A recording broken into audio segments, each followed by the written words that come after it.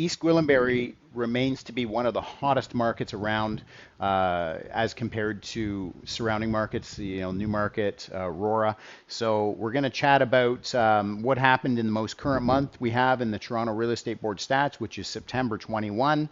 We're going to compare that with what happened a year ago in September 2020, and then we'll have a look at August 2021 as well.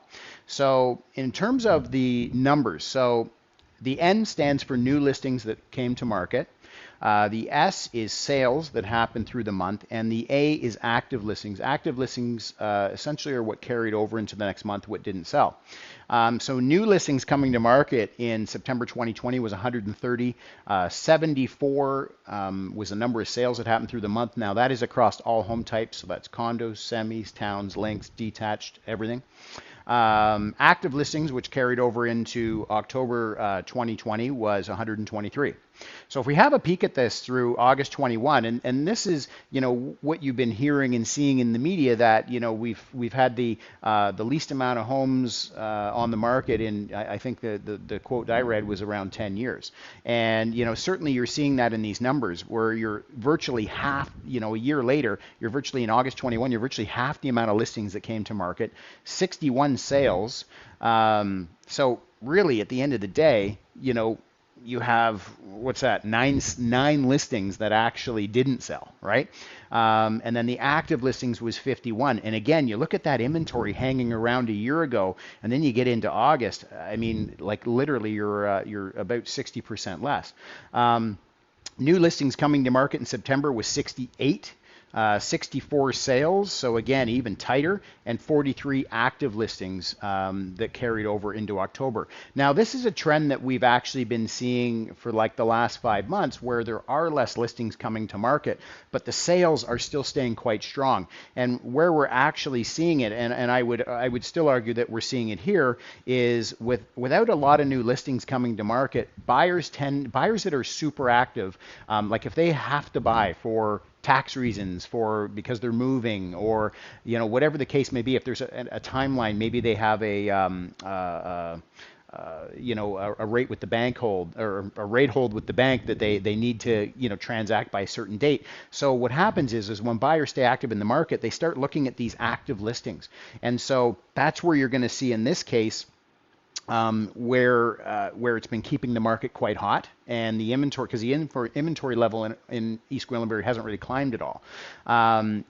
Average sale price across all home types was $922,000 in 2020 in September. That rose in August 21 to $1,285,000, currently trending in September of $1,280,000. So take that number with a grain of salt, because, and I've said this in other videos, some months you have more entry-level townhouse, semi, condo links that sell, and other months you have more detached, more multi-million-dollar detached, and of course that is going to directly affect this number. So with any of these numbers here, they are averaged out across all home types. If you do want to know the particulars of what that would look like for your particular home segment, feel free to shoot me a message and I'll be happy to connect you with that information.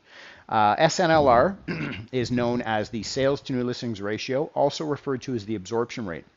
And it tells us that out of the homes coming on the market each month, what is the percentage that are actually selling? So a year ago, 56.9% of the homes that came on the market in September 2020 sold.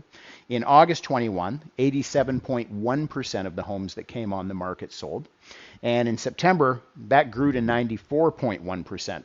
So what we're seeing here is we're seeing less inventory coming to market. We're seeing the number of sales through the month actually climb.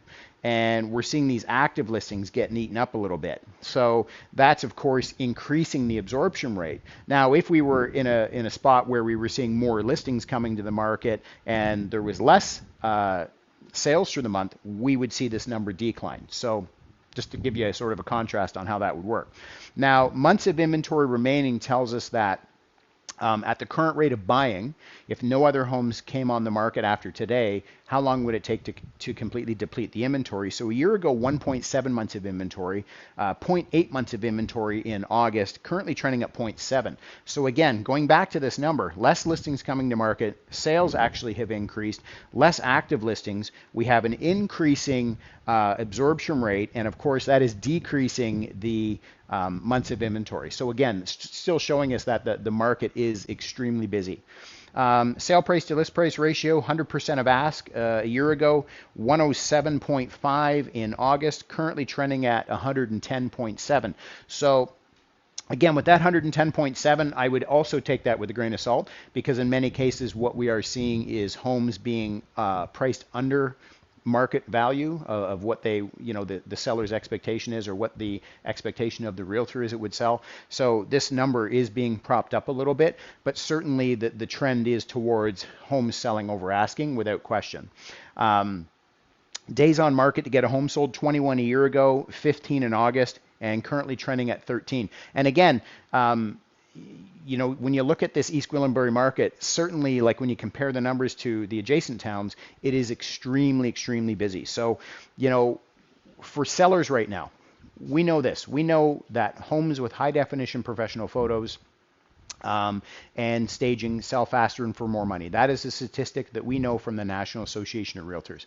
So certainly I would suggest, my advice for you would be to align yourself with a realtor that can properly showcase your home in its best light online. If you don't have a realtor of choice, I am more than happy to talk to you what it would be, or talk to you about how it would be to work with me. For buyers right now, there are 4 things that a seller is going to look for in your offer. They're going to look for price, they're going to look at conditions, they're going to look at closing date, and they're going to look at the amount of deposit. And there's obviously a certain way that you can structure your deal, even if you're weaker in one of those areas. So again, I'd be happy to have a real estate discovery call with you to talk to you about how to properly structure your deal. Of course, if you're not working with another realtor, I would be happy to talk to you about how to best structure your deal to make sure that you put yourself in a position to win. I hope you found this information helpful. Any questions at all, do not hesitate to reach out to me, and I will see you next month.